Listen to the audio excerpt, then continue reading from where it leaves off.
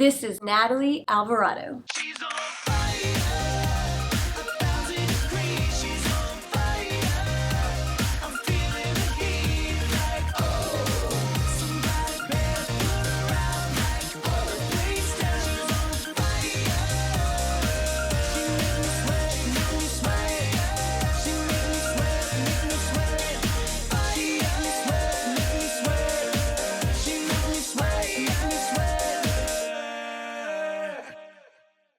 I was born on September 2nd, none of your business. I was born and raised in Clear Lake, Texas.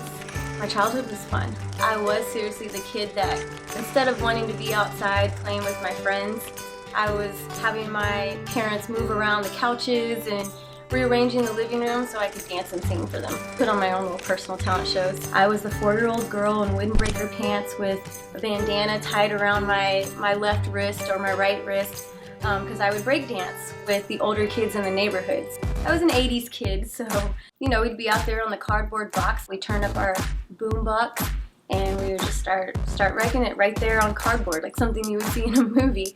And then my mother decided to put me in actual Little League drill team, where I learned 8 counts and things like that. Starting to take dance, I was 12 years old and went on to receiving a scholarship for college and then dancing professionally and even dancing for the Rockets. So what made me want to audition for Rockets Power Dancers? I was fresh out of college and I realized that I missed the audition. Actually, my mom was helping me out. She actually told me about the auditions and decided to try out for the Houston Thunderbears at the time.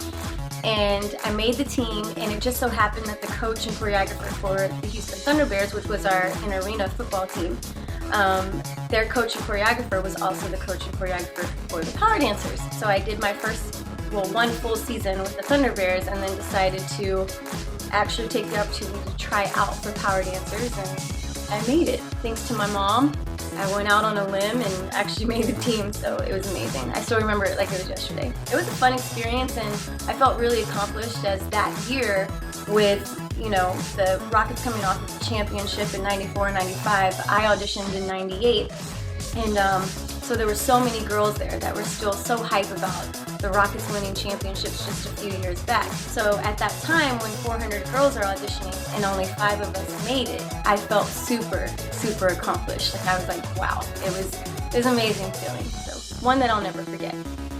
13 and 35 game. Wow, you're really taking me back. It's amazing to see history being made in front of your own eyes. A friend of mine sent me that video clip, and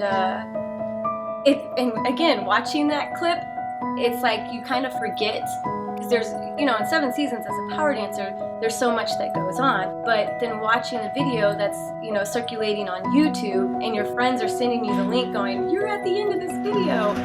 Thank you, Mark.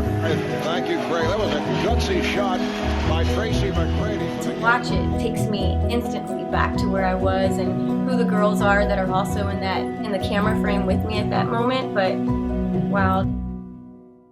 The music that I like to enjoy listening to would actually be hip-hop and R&B.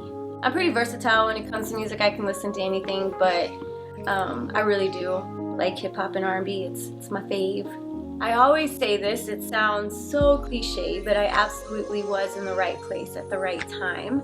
Being a power dancer, I eventually started meeting a lot of people here in the Houston music local scene here. Started going to the studio. Made friends who were rappers, made friends who were already on the radio that you would hear on our biggest hip-hop station here, and was eventually starting to be asked to backup dance for different artists here in Houston. And so people eventually started telling me, you should really sing. You can already dance, you should sing. So here I am dancing for the Houston Rockets, and this was about my 7th season, which was my last, 7 seasons as a power dancer, and I wrote this record. So I remember getting the track from the producer I was working with and popped it in my CD player in my car, and for that 30 minutes of waiting for the appearance to start or for me to go inside to meet the coordinator, I wrote Going Crazy. It was sitting there in my car in my RPD uniform with my cover-ups on, and listening to this track, and the first word that came to my mouth was the first line of Going Crazy, which is, ever since the day you went away and left me lonely and cold, my life just hasn't been the same. so there I was in the front of this location for our parents, creating and writing one of the biggest songs of my musical career. I was just in the right place at the right time and showcasing my talents, performing as a dancer and singing, and then writing a record that came sincerely from my heart and shared it with the world. As far as being in that world myself, pretty much like RPD as well, the Rockets Power Dancers. It's not all the glitz and the glam. It takes work, it takes commitment, it takes dedication, and I think all of those women out there are men, whoever says, I want to be a singer, I want to be famous. They have no idea. The world in Hollywood it's very different. You have managers, you have agents, you have these people who somewhat try their best to tell you what they think you should be, or what you should be doing, or what kind of songs to write, or what you should look like on your album cover. It's a very hard and critical world, but only the strong survive. So that's why I do appreciate those artists who are out there, speaking their voice, speaking their opinion, writing their own material. So as far as like a gossip Hollywood story that you might want, I don't have one of those, but I can say that my Hollywood story was a fun and memorable one, and one that people have no clue what really goes on behind the scenes.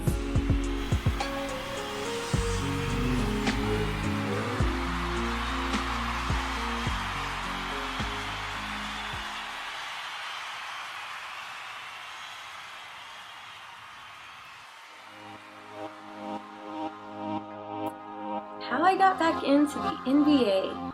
I'm one of those people, you'll come to realize, that I just kind of go where life takes me. So while I'm on tour and, while I'm in the studio writing music, or while I'm living in LA and, traveling between Houston and LA, I came back home and actually choreographed for the Houston Rockets. The coach then, who I actually danced with, she's like, hey, do you want to come choreograph for the Power Dancers? So I came back and choreographed a few routines for the then Power Dancers. And then actually having the opportunity to coach and choreograph my very own team came into play. And at that time, music was, and is still, my everything. So I turned a few jobs down. A few years go by and I get another phone call, and it was pretty much someone expressing interest in looking for a coach and choreographer for the Minnesota Timberwolves. I was there for half of the season and then finished a full-on season before coming back home to the Houston Rockets. Once I knew that this position was open here in Houston for my hometown team, for the Rockets, where I danced, where it's all that I know, it's the only NBA team that I admire and full on am a fan, I had to go for it. And not only that, I just became the entertainment manager. So now here I am as the entertainment manager for all of the entertainers that you see performing on the court at a Rockets game. Another dream come true. Let me take you through a Rockets Power Dancer rehearsal. They're hard. You think, wow, they're pretty girls. They look really good in the uniform. What a great image RPD is, but wow, do those girls work hard. And I will only take the girls that work hard. With a team of just 14 girls, we want to be elite. We want to be the best in Houston, and we definitely want to be the best in the NBA. So it takes a lot of hard work. So I like to challenge them as their choreographer with routines that won't necessarily count through. If you come to a rehearsal, you notice it's a lot of boom, boom, hit, ka, ka, ha, boom, ah. In order to do routines like that, it does take a lot of hard work. It's a lot of up and down. It's a lot of using your core. The girls know there's no way that they could walk into a rehearsal not being prepared. So a Rockets game for myself is, we have court practice, and when I say we, the girls and I, the Power Dancers, have court practice every game at 4 o'clock. So they'll show up early and they'll start prepping and getting themselves ready for court practice. I, on the other hand, am here at the office answering emails, letting everyone know, hey, we got a game tonight. It's coordinating the Rockets launch crew, or there's even times where I have all 4 groups there on a big game, and we're talking Space City Seniors, Little Dippers, launch crew, and RPD, so I'm pretty much like a cute little chicken running around with her head cut off, but I enjoy it and I love it. So 4 o'clock court practices, and then it's getting our glam squad. We have hair and makeup for games. So they'll show up, and so I get them downstairs to prepare the girls with hair and makeup for that game. And then it's also going back up to the office to get my game log, and then it's going back down to the locker room where I write on the board, literally like what probably our basketball coach does, which Coach McHale does for the players. But I write on the board first quarter, second quarter, third, like what's going on, so that the girls are aware of what's going on. And then it's lights up to tip, and they go out there for their intro, and then it's game time.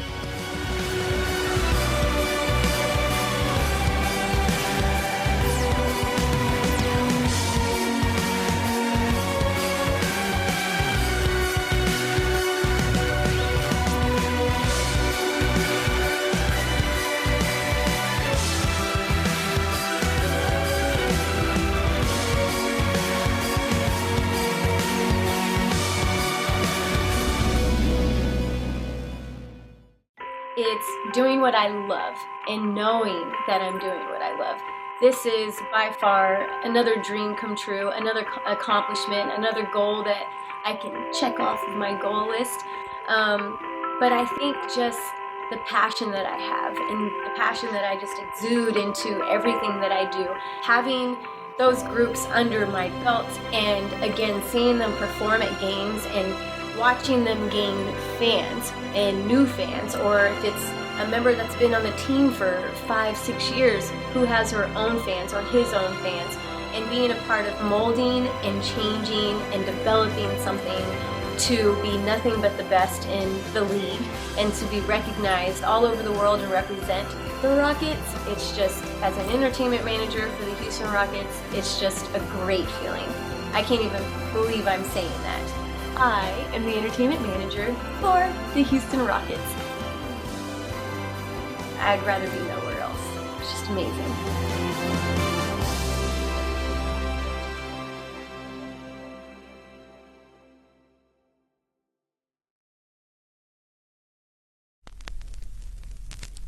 Ever since the day you went away and left me lonely and cold, my life just hasn't been the same.